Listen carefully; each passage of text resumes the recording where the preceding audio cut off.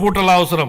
కాబట్టి అలాంటి అన్నదాతకు ప్రగాఢ కృతజ్ఞతా భావంతో మేము మరో సూపర్ 6 హామీని నెరవేర్చడానికి సిద్ధమవుతున్నామని తెలియజేయడానికి ఎంతో సంతోషంగా ఉంది.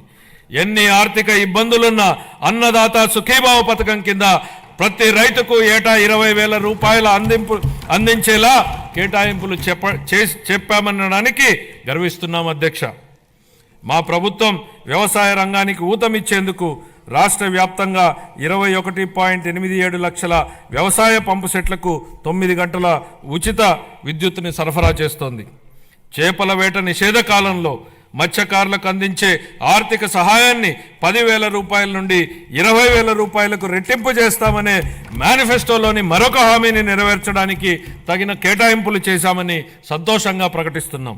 25-26 ఆర్థిక సంవత్సరానికి వ్యవసాయం మరియు అనుబంధ రంగాలకు 13,487 కోట్ల రూపాయల కేటాయింపును ప్రతిపాదిస్తున్నాను. పౌర సరఫరాల శాఖ కాలే కడుపుకు పట్టెడన్నం పెట్టడమే మా సిద్ధాంతం అని చెప్పిన శ్రీ నందమూరి తారక రామారావు గారు దాన్ని నిజం చేసే దిశగా 94లో సంవత్సరంలో 2 రూపాయలకే కిలో బియ్యం పథకం ప్రవేశపెట్టారు. దేశం మొత్తం ఈ నమూనానే అనుకరించింది. మన రాష్ట్రంలో ప్రారంభమైన ఈ పథకం 3 దశాబ్దాల తర్వాత జాతీయ ఆహార భద్రతా చట్టం 2013 రూపకల్పనకు ఆధారమైంది. ప్రజా పంపిణీ వ్యవస్థ ద్వారా పేదలకు నాణ్యమైన బియ్యాన్ని మా ప్రభుత్వం సరఫరా చేస్తోంది. వచ్చే విద్యా సంవత్సరం నుండి మధ్యాహ్న భోజనం కింద ప్రభుత్వ పాఠశాలలకు మరియు సాంఘిక సంక్షేమ వసతి గృహాలకు ప్రత్యేకంగా ప్యాక్ చేయబడిన నాణ్యమైన బియ్యం సరఫరా చేయబడుతుందని గౌరవ సభకు తెలియజేస్తున్నాను. గత ప్రభుత్వం నిర్లక్ష్యం చేసిన ధాన్య సేకరణ ప్రక్రియను మా ప్రభుత్వం మెరుగుపరిచింది. వ్యవసాయ రాబడిలో వరి కొనుగోళ్లకు ఇచ్చే మద్దతు ధర ముఖ్యమైనది అని మనందరికీ తెలుసు. 2024 ఖరీఫ్ కాలానికి గాను 5.50 లక్షల మంది రైతులకు 32.7 లక్షల మెట్రిక్ టన్నుల ధాన్యం కొనుగోళ్లకు గాను మా ప్రభుత్వం 7,564 కోట్ల రూపాయలను 48 గంటల్లోనే చెల్లించడం జరిగిందని గౌరవ సభకు తెలియజేస్తున్నాను.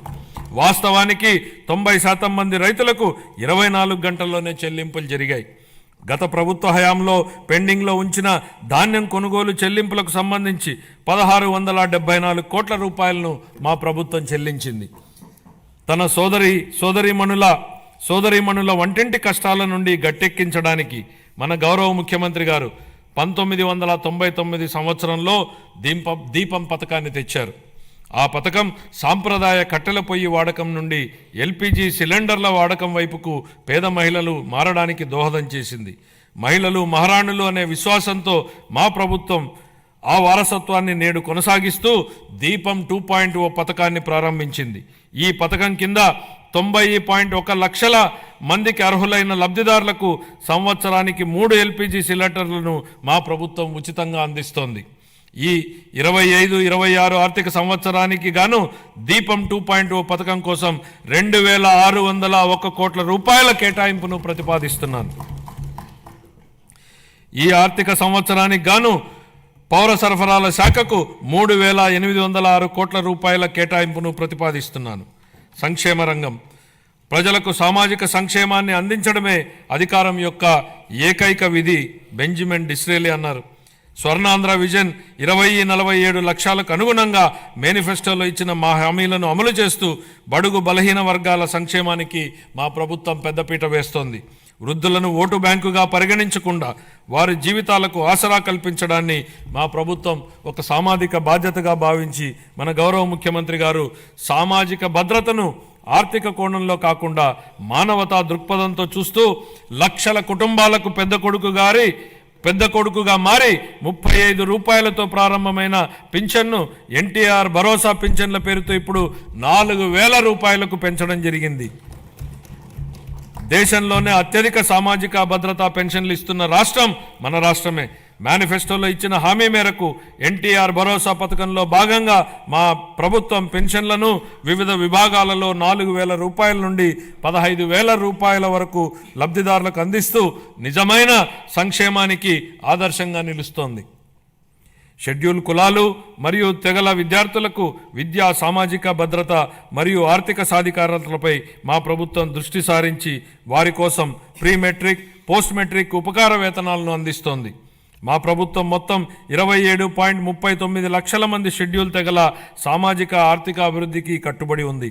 దీనిలో 4.93 లక్షల మంది బలహీన గిరిజనులకు మా ప్రభుత్వం ఐటీడీఏ ప్రాంతంలోని గిరిజనుల విద్య, వైద్యం, మౌలిక సదుపాయాలు, జీవనోపాధి, నైపుణ్యాభివృద్ధి, స్వయం ఉపాధి వంటి వివిధ రంగాలలో సంక్షేమం మరియు అభివృద్ధి కార్యక్రమాలను అమలు చేయడం ద్వారా వారి ఉన్నతికి దోహదపడుతోంది.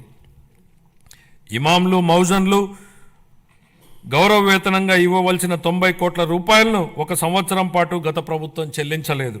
మా ప్రభుత్వం వచ్చిన తర్వాత వారికి గౌరవ వేతనాన్ని 15,000 రూపాయల చొప్పున చెల్లించాం. నిర్వీర్యమైన వక్ఫ్ బోర్డుని పునరుద్ధరించాం. మద్యం లైసెన్సుల్లో 10% కల్లు గీత కార్మికులకు కేటాయించడం జరిగింది.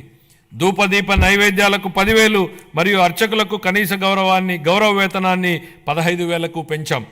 ఇంతేకాకుండా పేదలపై భారాన్ని తగ్గించడానికి దారిద్ర్య రేఖకు దిగువనున్న ఎస్సీ, ఎస్టీ కుటుంబాలకు నెలకు 200 యూనిట్ల ఉచిత విద్యుత్తును మా ప్రభుత్వం అందిస్తోంది.